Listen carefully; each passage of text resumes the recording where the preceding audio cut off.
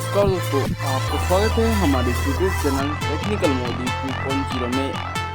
आप सभी के लिए एक बड़ी खुशखबरी लेकर हम फिर से हाजिर हो चुके हैं, जो कि आपके लिए बहुत ही ज़्यादा महत्वपूर्ण है। केंद्र सरकार द्वारा कुछ आशंका जताई जा रही है, उसके बारे में आज चर्चा करने वाले हैं और सूत्रों अनुसार भी कुछ बड़ी जानकारी सामने आई है, जो कि आज हम आपको इस वीडियो के माध्यम से पूरी जानकारी देने वाले हैं। यदि आप चैनल पर नए हैं तो चैनल को सब्सक्राइब कर दें और बेल आइकन को ऑल पे प्रेस कर दें और EPS 95 पेंशन धारकों से रिलेटेड रोजाना की खबर जानते रहें। EPS 95 पेंशन धारकों की पेंशन बढ़ोतरी को लेकर जो कि हाल ही में कई बड़े मुद्दे उठे हुए हैं, जो कि सबसे बड़ा मुद्दा है केंद्र सरकार द्वारा यानी कि मोदी सरकार द्वारा हाल ही में EPS 95 पेंशन धारकों की पेंशन बढ़ोतरी 3000 रुपये कर देने की बात की जा रही थी और उसको लेकर EPS 95 पेंशन धारकों ने उस बात को खारिज करते हुए कुछ चुनिंदा फैसले लिए। अब उन्होंने यह बात बताई है कि EPS 95 पेंशन धारकों की पेंशन को जो कि 7500 रुपया करना होगा और जो कि उनका महंगाई भत्ता है उनके बैंक अकाउंट से लिंक कराना होगा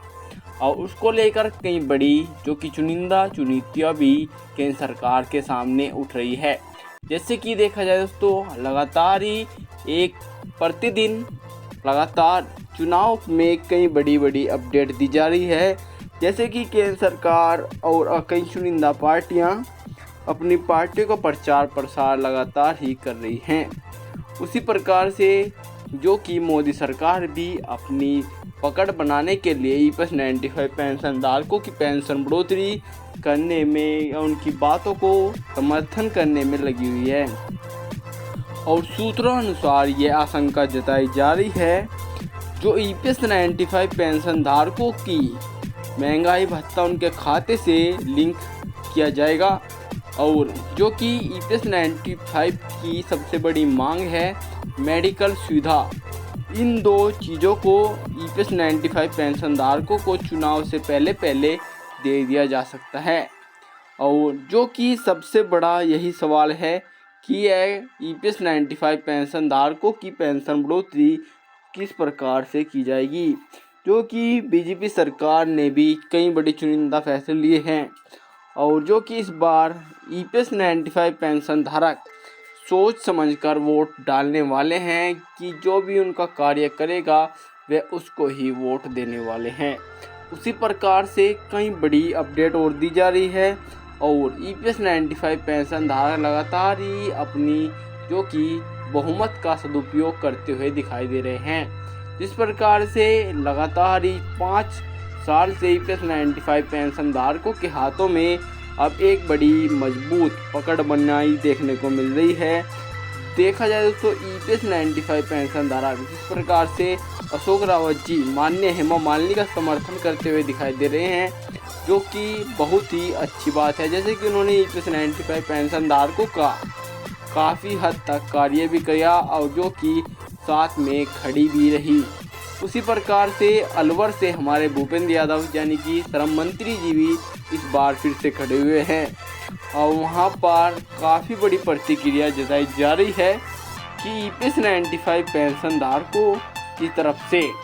उन्होंने कई बड़े जो कि बातें बताई गई, जो कि देखा जाए तो प्रपोजल के बारे में थी। EPS 95 पेंशन धारकों की जो प्रपोजल था वो काफ़ी लंबे समय से उसकी श्रम मंत्रालय में था और श्रम मंत्री जी द्वारा यह बात बताई गई जा रही है कि उस प्रपोजल को जो कि EPFO कार्यालय भेज दिया जा चुका है। जी हाँ दोस्तों, आप बिल्कुल से सुन रहे हैं, उस प्रपोजल को EPFO कार्यालय भेजा जा चुका है। अब जो कि बात यह सामने आ रही है कि EPFO कार्यालय में अब क्या होगा, जो कि EPFO कार्यालय चुनिंदा मुद्दे जो कि उसमें लिखे हुए हैं EPS 95 पेंशन धारकों की पेंशन बढ़ोतरी और उनकी 4 बड़ी सूत्री मांगे, उनके बारे में जो कि जांच पड़ताल करेगा और उसको आगे मंजूरी देगा। फिर वह जो कि वित्त मंत्रालय जाने वाला है और वित्त मंत्रालय यह सुनिश्चित करेगा कि EPS 95 पेंशन धारकों की पेंशन बढ़ोतरी को लेकर क्या इस बार बजट में कार्य हो सकता है, अन्यथा अगले बार जो कि अगले साल का बजट होगा उसमें EPS 95 पेंशन धारकों को लाभ मिल पाएगा। इसी प्रकार से जो कि प्रतिक्रिया भूपेंद्र यादव जी द्वारा बताई गई है और जिसको लेकर काफ़ी हद तक EPS 95 पेंशन धारक भी खुशी से प्रतीत दिखाई दे रहे हैं। और आगामी चुनाव में जो कि लगातार जारी है उसमें कोई ना कोई बड़ी प्रतिक्रिया जरूर देखने को मिलेगी। EPS 95 पेंशन धारकों को लेकर सूत्रों अनुसार कई बड़ी जानकारियां दी जा रही है और कई बड़े चुनिंदा वोट भी डाली जाएगी। इस प्रकार से क्या होगा और किस प्रकार से क्या होगा इसके बारे में कोई भी बड़ी चर्चा नहीं है। EPS 95 पेंशन धारकों को कोई ना कोई बड़ी खुशखबरी जरूर देखने को मिलेगी इस चुनाव में और जो कि हम आपको उसके बारे में लगातार जानकारी देते रहेंगे। यदि आप चैनल पर नए हैं तो चैनल को सब्सक्राइब कर ले और आपको यह जानकारी कैसे लगी कमेंट बॉक्स में बताएं। मैं मिलता हूँ एक और नई ऐसी और बड़ी ताज़ी खबर के साथ, तब तक के लिए जय हिंद जय भारत।